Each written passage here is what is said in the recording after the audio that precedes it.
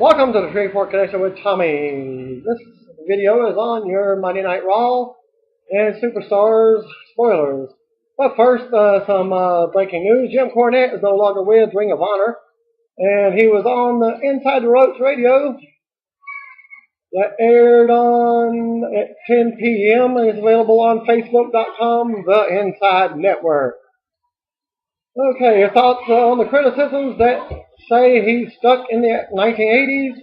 I thank my old friend Vince Russo for that one.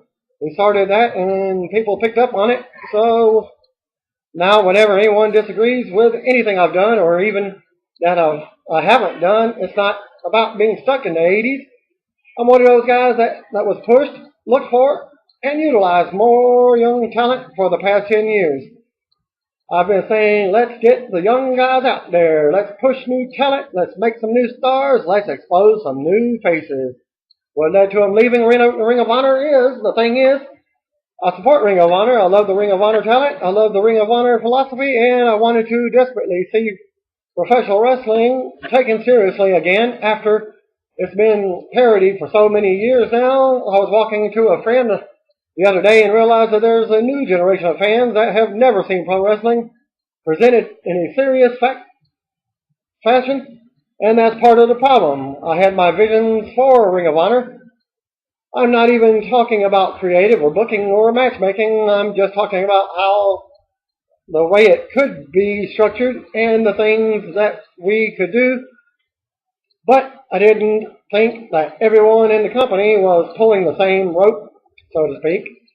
I didn't think we did ourselves any favors with the decisions that were made, and I gradually lost the passion that I demanded for everyone else. And you know, if I obsess about it for 24 hours a day, then I sort of demand that everyone around me do the same thing for the good of the product or project. So if I'm waking up going, F this, I've got to do something today. Whether it's something somebody's done or an obstacle, and it began to be a rib on me. I'm going to be at the Charlotte Fan Fest in August doing a no-holds-barred question and answer, and I plan to give an amusing account of my last day at Ring of Honor TV taping. Any comments on CM Punk's pipe bomb in 2011? He went out there and he said a lot of things. There were a lot of fans that knew to be true. Jerry Jarrett was a master booker, always said, tell the fans the truth as much as you can for as long as you can, because then when you work them, they'll think, well, A was the truth, B was the truth, C was the truth, then maybe D is the truth too. So don't give them a bunch of BS from day one. Tell them the truth from day one, and when you want to work with them, then you can slide that little white one in there and that little white lie, and they'll believe it because you haven't BS'd them so far. So CM Punk, and I saw it. I've been clean and sober from WWE programming for quite some time now. But I did watch that. It was a tremendous performance, and it was a tremendous delivery. He said things that a lot of people wanted to say, and he made himself in that one night. The new Steve Austin, he did it at a perfect time because his contract was coming up, and he didn't really give a crap because he's careful with his money, but at the same time he knew that he could get over doing that, and somehow he manipulated them into letting him do it, and probably took a few liberties out there with a live microphone. Then they had to resign him. 2 weeks later, when he came out to Cultural Personality by Living Color, because one thing Vince despises is to pay music rights. I knew that he had basically got everything he had wanted in his contract. Then he was poised to become the next Stone Cold Steve Austin, the hottest babyface in all of pro wrestling. But of course, once they re-signed him, they still had to make the point that they're going to control everybody and knocked him back down. Keith Brigham attended a book signing featuring WWE Hall of Famer George the Animal Steele a.k.a. real name Jim Myers, in Troy, Michigan over the weekend and sent the following report. The book signing took place very close to where George Steele was a teacher, football, and wrestling coach at Madison High School. The signing started at 2 p.m. with about people waiting for George. He was right on time and was met with a nice round of applause. He started out with a few stories about wrestling as a masked wrestler named the Student in the Detroit area. He wore a mask so his students would not find out. The Student was discovered by Bruno Sammartino at a show at Cobo Hall. Bruno took him to wrestle him in Pittsburgh. As George was getting ready, he was informed that they did not want a masked wrestler. They wanted him. While trying to come up with a name, someone said that they were in the Steel City, so he should be Jim Steele. He liked Steele, but not Jim. Someone said George, and George Steele was born. He also talked about being an agent with the WWE and in charge of one Triple H. He talked about the Click curtain call. He spoke to Triple H after and explained with Scott Hall and Kevin Nash leaving and with Shawn as the champ, Triple H was going to take all the heat. Triple H asked what to do. George told him to keep his mouth shut and work hard. He did not tell him to marry the boss's daughter, but that was not a bad idea. And he says his favorite story was, as he kept trying to hide from his students, that he was living a double life. Some student would transfer from the East Coast, would bring in programs with his picture and confront him with it. And he would just blow it off by saying, "You think I am that ugly?" When Cable came into that area, he went to his first football practice of the year. They were doing calisthenics when they went for a football stance and all the players stuck out their green tongues. At that point, he knew it was over. The next time that WAF was in town, he took the team to meet all the wrestlers. He then took questions from the people and was asked about a lot of wrestlers who he worked with, as well as some of the matches. Found it was interesting that he hated WrestleMania 3 being in the corner of Ricky Steamboat because it was 15 miles from home and he was not able to wrestle. He also was not a fan of being a part of the oddities, but he still gets a check quarterly, so not that bad. Once the signing started, he took time to talk to every fan. He posed for pictures with anybody who wanted them. Many people came late and were told after everyone who had a number, they could line up and would sign for everyone. When I left, he had been signing for over an hour and a half and still had at least 150 people left to go. I must say George the Animal Steele was one of the most nicest wrestlers I have ever met. Now I can't wait to read his book. Happy birthday goes to former WWE Hall of Famer Shawn Michaels, a.k.a. Michael Shawn Hickenbottom.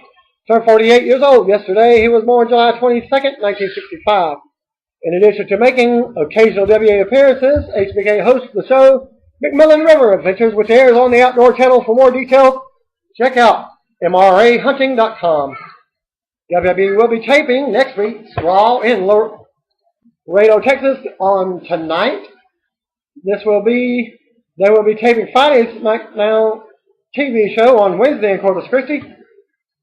And we'll be taping next week's SmackDown in Houston, Texas on Thursday. The unique taping schedule is due to the upcoming tour of Australia and South Africa. Well, normally they're in my area of either Shreveport or Bossier City, Louisiana, before they go on their overseas tour, but this time they're doing it after the Texas event.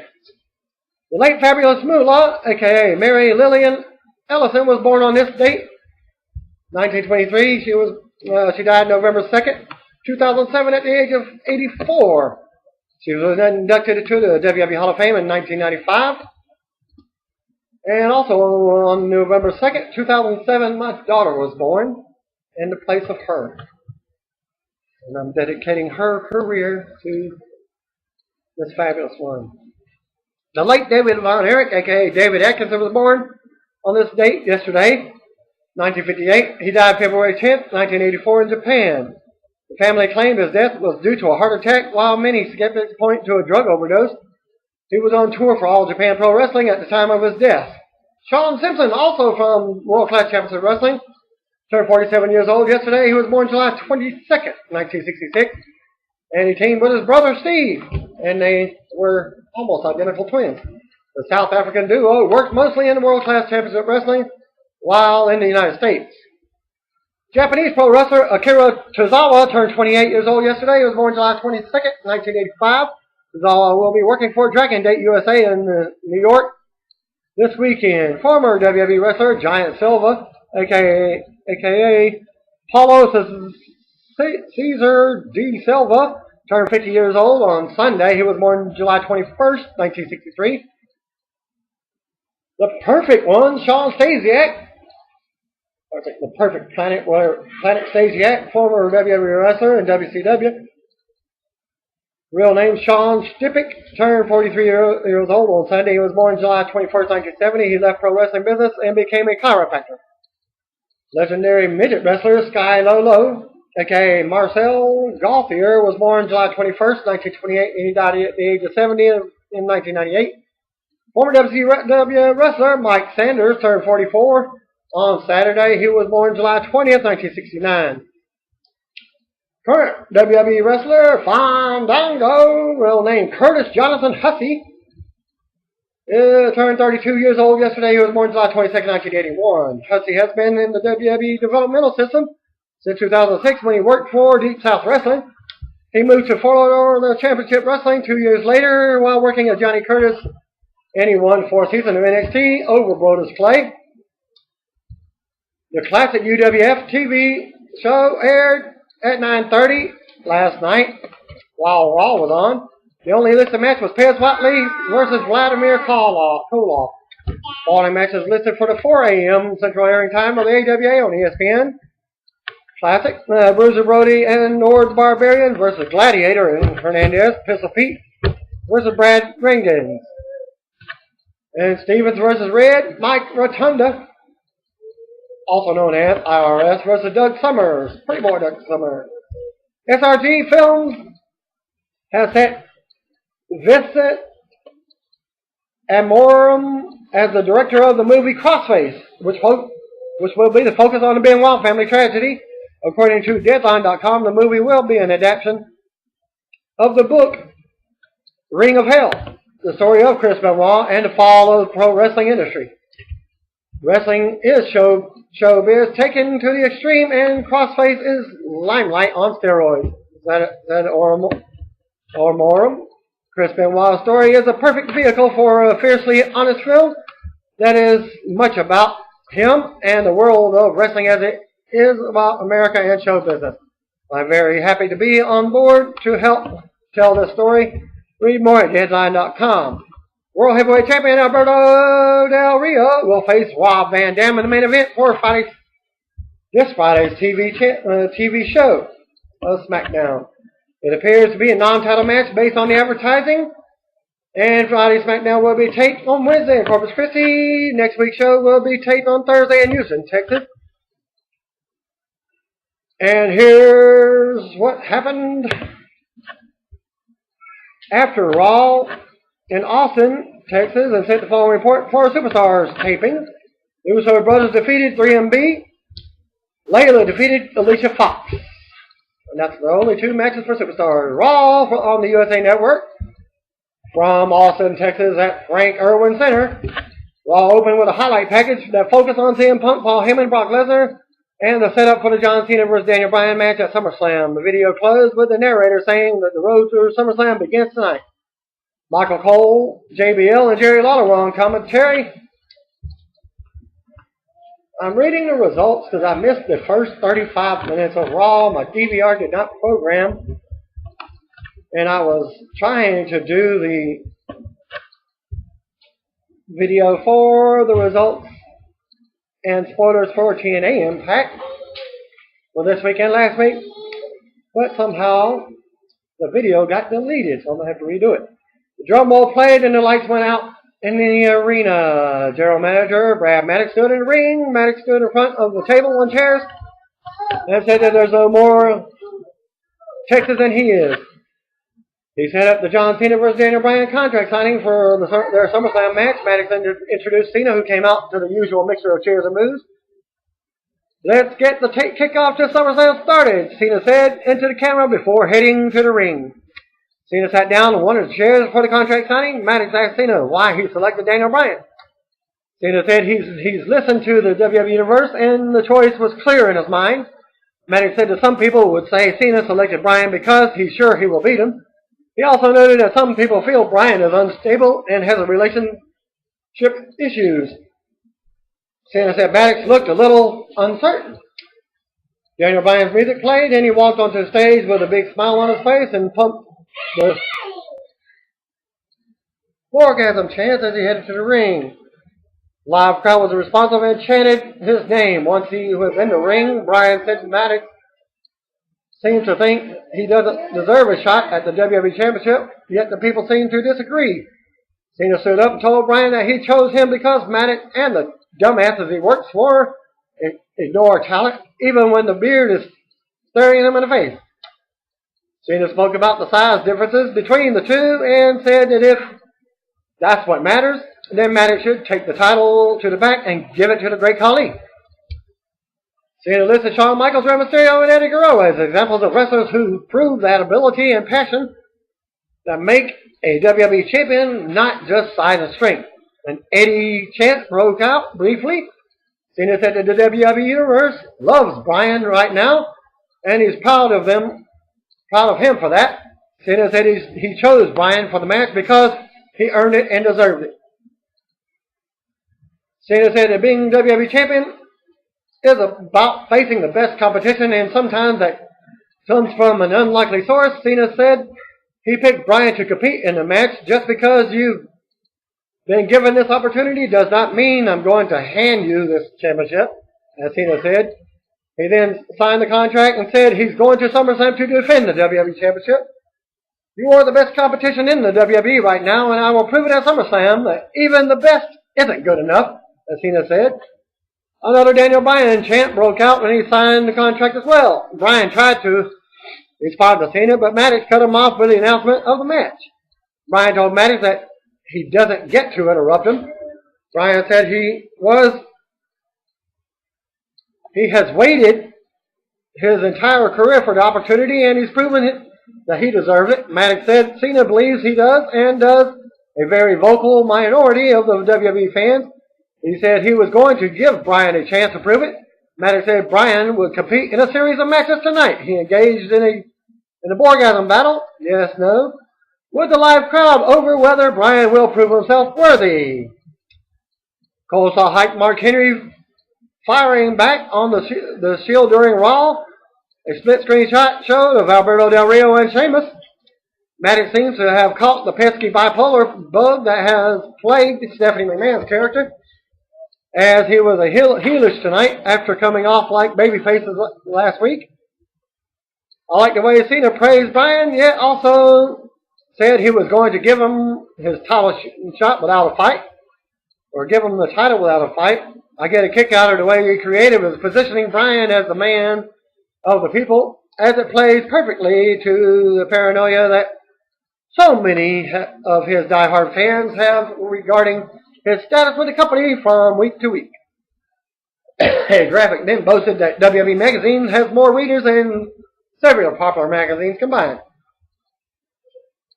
Match number 1, Alberto Del Rio versus Sheamus in a non-title match. Del Rio immediately targeted the bruised thigh that Sheamus was nursing. Coming out of the Money in the Bank pay-per-view, the thigh looked much better than the photos he released, yet it was still black and blue.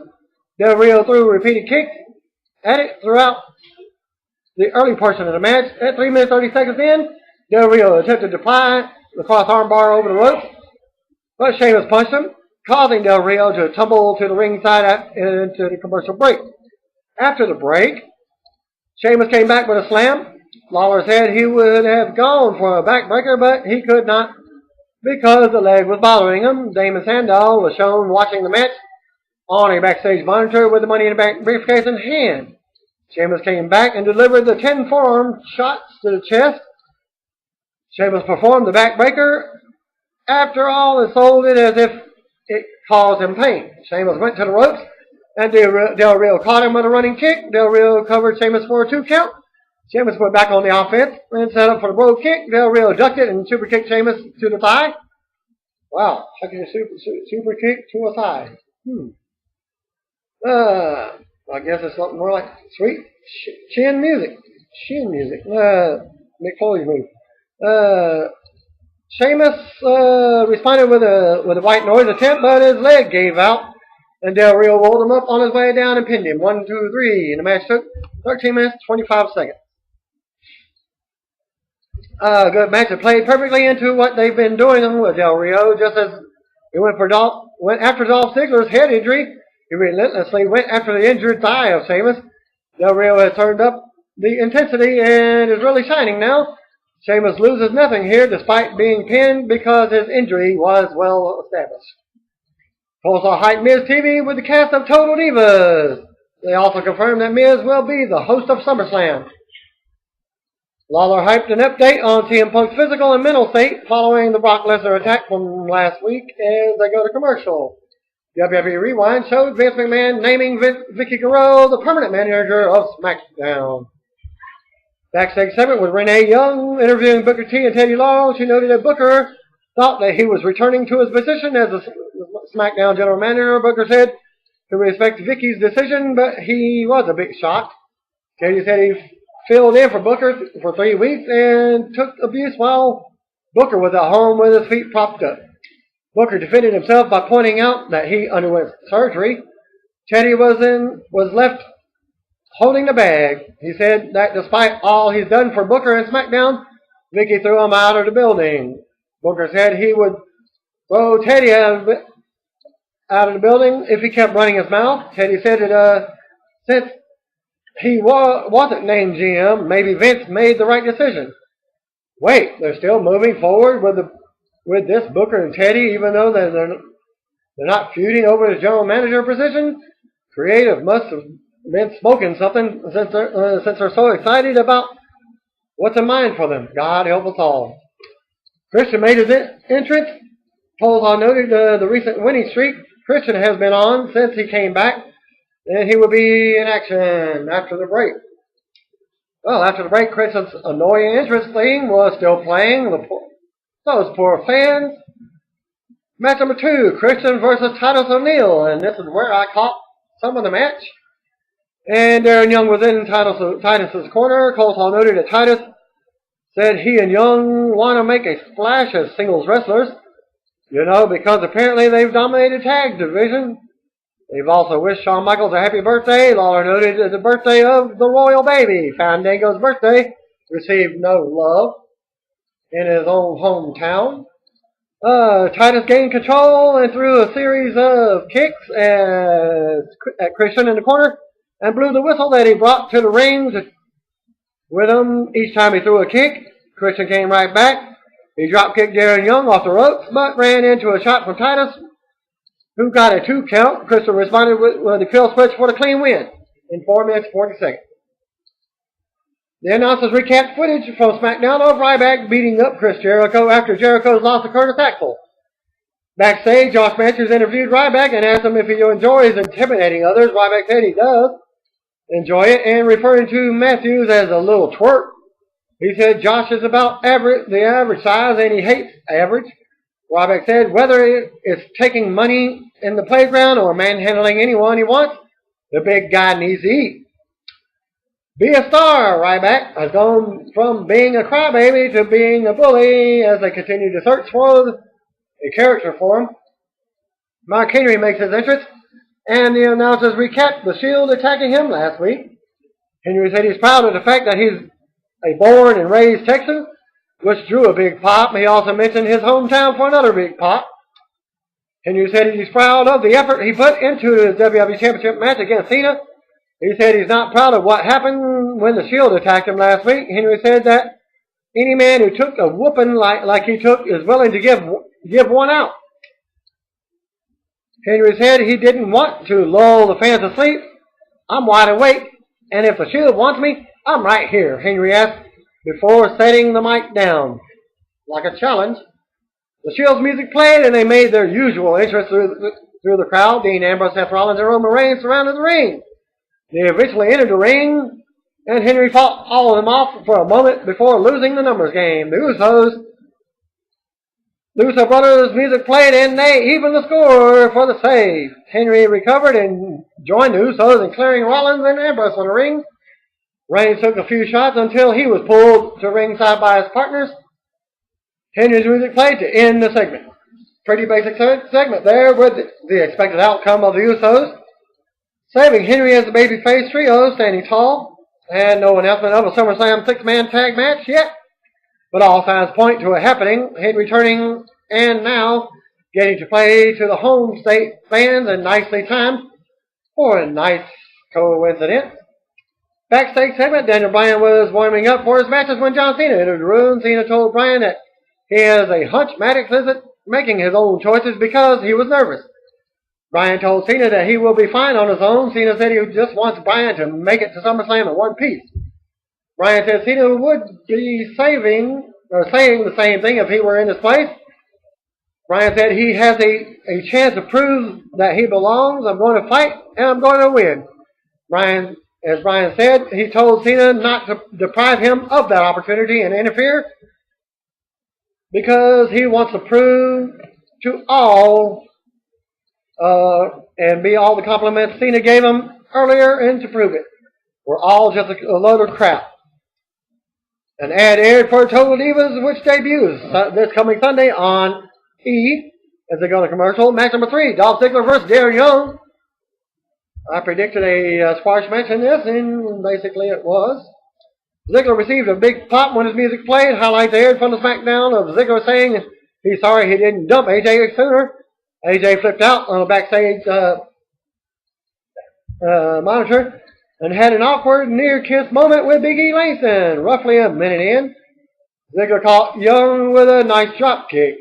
Young came back, and the crowd chanted, "Let's go Ziggler!" Young tossed Ziggler by the hair across the ring. Later, Ziggler avoided a charging Young in the corner and then came back with a corner splash. Young had another moment of offense when he caught Ziggler on his shoulders and dropped him down face first. Before getting a 2 count, Ziggler got up and hit the zigzag for the win, and the match took 4 minutes 20 seconds. After the match, Big E Langston hits the ring and attacks Ziggler while AJ watched from ringside. Ziggler tossed Langston to ringside. As Langston was getting back in the ring, Dolph used his quickness to zip right past him and then celebrated his accomplishments on the stage. It's good to hear that the live crowd was hot for Ziggler as they were considering that his babyface turn hasn't exactly been smooth. First, CM Punk gave Young a lot of offense, and now Ziggler did the same. Young did a better job here than he did during the Punk match. He has a cool offense, but the live crowd needs some incentive to take him seriously. The announcers pimped the WWE app, CM Punk segment, and The Miz hosting the cast of Total Divas on MTV, on Miz TV. As I go to commercial, now that WWE was kind enough to show you dimwits how to download an app, show off your newfound intelligence by downloading the free ProWrestling.net app. Wait a minute, maybe I should get an app. Why don't you get an app? We trade apps, it will only be app. App friendly. Okay. It's a life-changing experience. The SummerSlam commercial aired. The Miz stood in the ring while the cast of Total Divas sat behind him in a director's chairs. What were set up in the ring, Miz said he will be the host of SummerSlam in less than 4 weeks. Less than 4 people responded with cheers. Miz sets up the footage from Total Divas that's already been taped. The footage shows the Bello twins being catty with Eva Marie and JoJo, the new Divas. Miz introduced the Bello twins, Eva Marie, JoJo, Natalia, Cameron, and Naomi. I'm pretty sure Miz got 2 of the names wrong. Miz introduced Jerry Lawler, who acted surprised when he called him for him to ask them some questions. Who gave a plug for Total Divas debuting on Sunday night as well. And Lawler introduced himself to the new divas. He also butchered Eva Marie's name. She took it personal. Eva Marie took the mic and said she didn't like the way Lawler was looking at her. She said she was there to make a name for herself, and he slapped Lawler across the face. Lawler turned it over to Miz, left the ring, and Miz plugged Total Divas, debuting on E, and that was the end of the segment. Okay, so it looks like Eva Marie is a heel with the Bella Twins, while JoJo was seated with the babyface Divas, and she's awfully short. This was a shorter and certainly less painful than I expected. Let's hope I feel the same way on Sunday night. A graphic showed Daniel Bryan and two question mark graphics for his potential opponents. Unlike TNA on last week's Impact, they didn't use the actual silhouette of the mystery wrestlers. Backstage, Brad Maddox was on the phone when Triple H enters the room. Hunter mocked the idea of Maddox feeling Bryan isn't big enough, strong enough, or championship material. It almost sounds like someone put words in your mouth, Hunter said. He added that he doesn't care what Vince McMahon thinks. Hunter says that he believes Bryan could be the future of WWE. Triple H then said he didn't override Maddox's decision because Bryan is so driven that he will overcome anything. Hunter said that there are two trains leaving the station and Maddox needs to choose wisely which one to get on. What is this? Turning to Indiana Jones and Temple of Doom. Or any of the Indiana Jones. You must choose wisely. He said one train is the future and the other is a dead end. Stephanie McMahon entered on the other side as Triple H leaves the office. She said she has an idea and she needs Maddox to get on board. He said he would be. Same stick every week. This is the same stick, just different week. Announcers then set up the White Family video package. Fandango and Summer Rae make their entrance, and some fans danced and hummed along. Lawler acknowledged that it is also Fandango's birthday. They broke out the big Fandango light-up thing that hangs above the ring. An ad for SmackDown played up the Damian Sandow and Cody Rhodes feud. And all the perverts, and one of the guys named George wrote to say that something perky slipped out during the Divas segment. You're welcome. That sound you hear is thousands DVRs reminding to Miz TV. A commercial aired for Superstars for Hope. Damian Sandow joined the commentary. Cody Rhodes makes his entrance. Fandango with Summer Rae versus Cody Rhodes. As Sandow defended the way he won the Money in the Bank contract by saying he took advantage of an opportunity that presented itself. At 3 minutes 35 seconds in, Cody went for a moonsault on a standing Fandango, who had to scurry into position to take the move. Yeah, he actually ran to catch him, so it make it look like it was sold. Cody came up holding his knee from that, and Sandow climbed up onto the ring apron. Cody shoved Fandango toward Fandango. How can you shove somebody towards himself? And then kicked him in the briefcase. Well, kicked him into the briefcase. Cody followed up with the crossroads for the win. The match took 4 minutes 10 seconds. I'm still not sure why Sandow was considered the bad guy for beating Rhodes fair and square in the Money in the Bank. Hell, I'd stand on Chris Jericho's testicles to grab a penny if it was just out of my reach. I'd be wearing shoes, of course. Coleslaw hyped as Bella Twins will be on NBC's Today show on Thursday morning. CM Punk makes his entrance. Highlights were shown of his fight with Brock Lesnar from last week. Punk said he got his ass handed to him by Lesnar last week. Punk said Lesnar hit him with his best shots repeatedly until he was left broken heap at ringside. And Punk said that no matter how much Lesnar hit him, well, he still got up. Punk said he has 13 stitches in his head, a messed up ankle, and yeah, I'd say it's messed up, more worse than a diabetic foot when it swells up. Well, he's also got messed up elbow and ribs as well, but he's still standing. Punk said Lesnar can beat him down, but he can't keep him down. Punk listed Lesnar's credentials and says maybe Maybe being UFC champion was most impressive. Punk then said Lesnar has broken Triple H, John Cena, and Undertaker.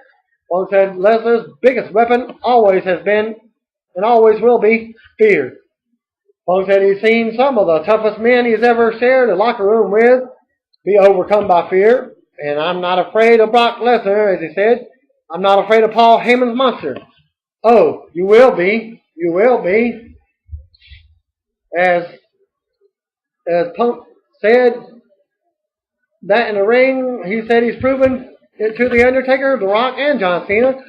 He said he would have proven it to Lesnar last week had Heyman not stabbed him in the back a second time. Punk addressed Heyman and said there will not be a third time. Punk said he won't pretend Brock Lesnar isn't a tough SOB or a monster. However, he said monsters were put on earth and in his path for one reason, to be slaughtered. Punk said he will kick Lesnar's ass. At SummerSlam, I want CM Punk versus Brock Lesnar. I want the best versus the beast, Punk concluded.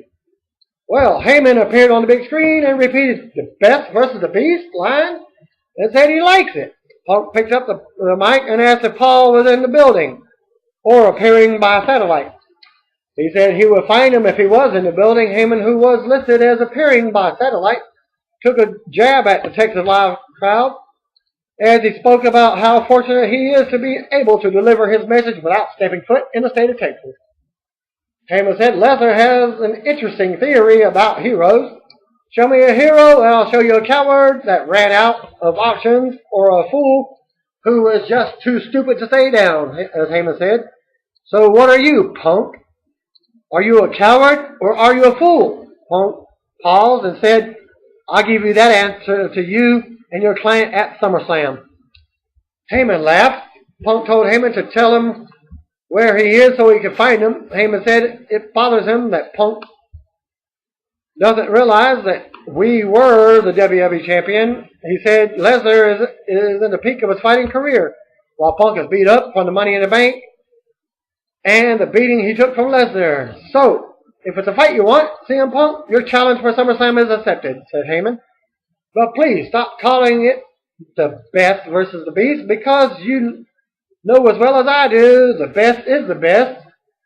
And he's my client, and he's my best friend in the world, Brock Lesnar. The crowd chanted Punk's name as his music played to end the segment. The shot aired of RVD backstage. Coleslaw said he would be in the ring after the break. Great intensity from Punk. You have to love the way that he wasn't satisfied with Heyman appearing by satellite and showed how badly he wants to get his hands on him. I like the best versus the beast hype. Heyman's confidence in Lesnar is fitting following last week's angle. And the size difference, meanwhile, Punk's line about Lesnar not being able to keep him down was also perfect from his character's perspective. The build-up for this has been awesome, and they're just getting started. Also hyped Alberto Del Rio versus Rob Van Dam, likely in a non-title match for Friday's SmackDown TV show. Match number 5, Rob Van Dam versus Wade Barrett. RVD caught Barrett with a kick early, then got tripped up by Barrett on the floor. Barrett went on offense for a couple of minutes and came up with a bloody lip at one point. RVD came back with a rolling thunder. Later, RVD threw a couple of kicks and then performed 5-star flash for the win. In a 4-minute, 15-second match, a shot aired of Daniel Bryan walking backstage. A lot of questions how many matches Bryan will compete in after the break. Let's go to commercial. Well, I did see a thing that said gauntlet match, so it had to be at least 3 wrestlers. And I was picking Kane, who wasn't there. Could have been Big Show, who was advertised, which did not appear on the show. And also Randy Orton. Well, it looked like an RVD kick to the face that caused the cut that Barrett suffered. There was a little confusion when Barrett went to trip up RVD, but they recovered quickly. RVD continued to be over in a big way for the live crowd. The shot aired of Texas Longhorn in front of the arena, and JBL said that if JR was awake and sober, he would be breaking his television. The announcers hyped John Cena versus Daniel Bryan for SummerSlam. Daniel Bryan makes his entrance for his series of matches. Zeb Coulter led Jack Swagger and Antonio Cesaro onto the stage, and that immediately told me there's your first two competitors. Coulter cuts a promo as they walked to the ring. He said Stephen F. Austin would ask for a paternity test if he saw his beloved Texan had become. Match number 6, Daniel Bryan versus Jack Swagger. With Zeb Coulter and Antonio Cesaro. Swagger knocked Bryan down a couple of times and yelled, "We the people." The live crowd delivered an anti-Oklahoma chant directed at Swagger. Bryan came back with a drop kick and went for the suicide dive, but Swagger saw it coming and punched him.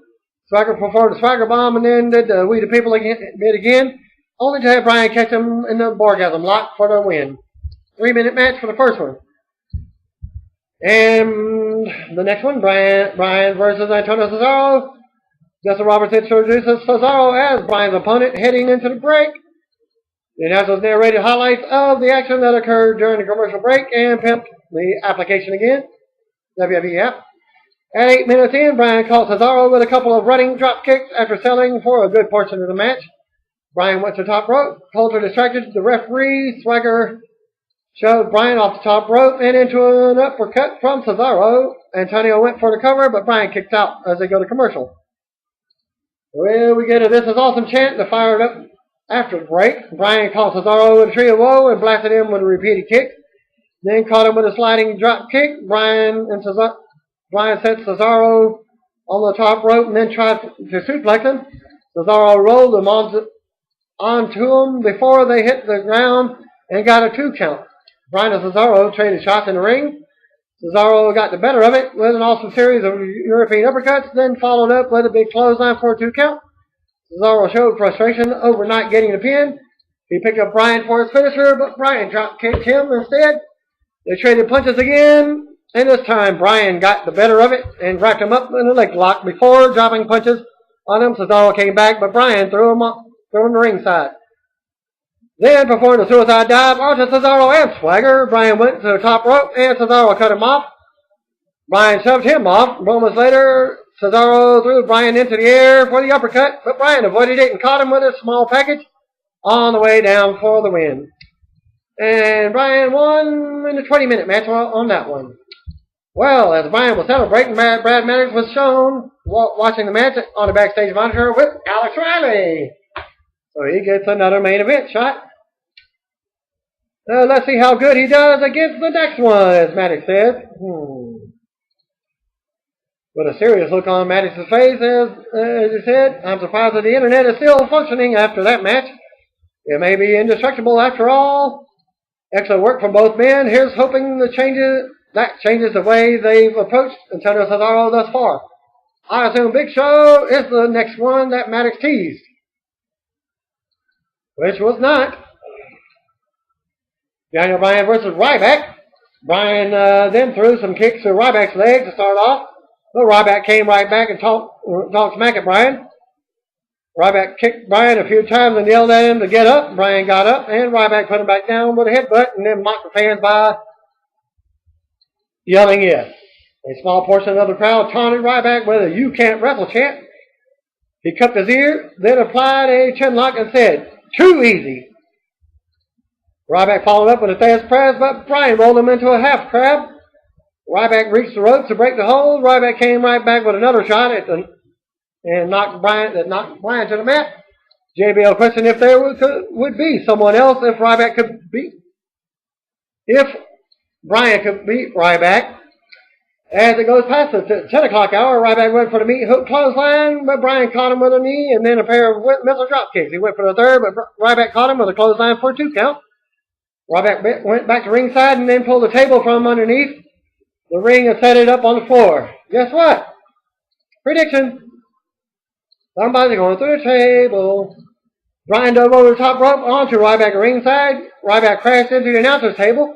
Ryback came back and shoved Bryan into the ring steps. Then Ryback moved the table into position on the floor and then went back to the ring, where Bryan greeted him with a series of kicks. Ryback went for a powerbomb, but Bryan fell onto him for a 2 count. Bryan went for the Borgasm lock, but Ryback flung him across the ring by the hair. At least it wasn't by his beard. Bryan caught him with a pair of kicks. Bryan went to the top rope and performed a missile drop kick for a 2 count.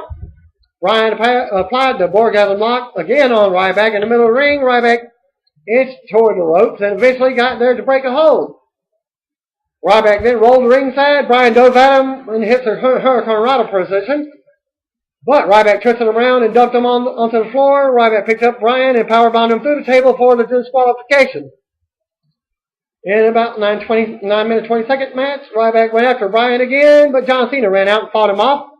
After a half-hour fight, "You want to put this man through a table," Cena said over the house mic. "How about you try doing that same thing to me? You and me in a tables match, now." Cena says Ryback said if that's what he wants, that's what he'll get. The announcers hyped Cena versus Ryback in a tables match for next week. Well, they've been doing that for the last month or two in dark matches. Backstage, Mr. McMahon enters Brad Maddox's office. Maddox tried to sell him on the Cena versus Ryback main event. Vince asked him what about Daniel Bryan. He said he would face someone bigger and stronger than he is. He threw out the idea of Bryan facing a friend and said maybe even a best friend. Maddox said Bryan versus Kane. "You damn right, Vince said as he responded.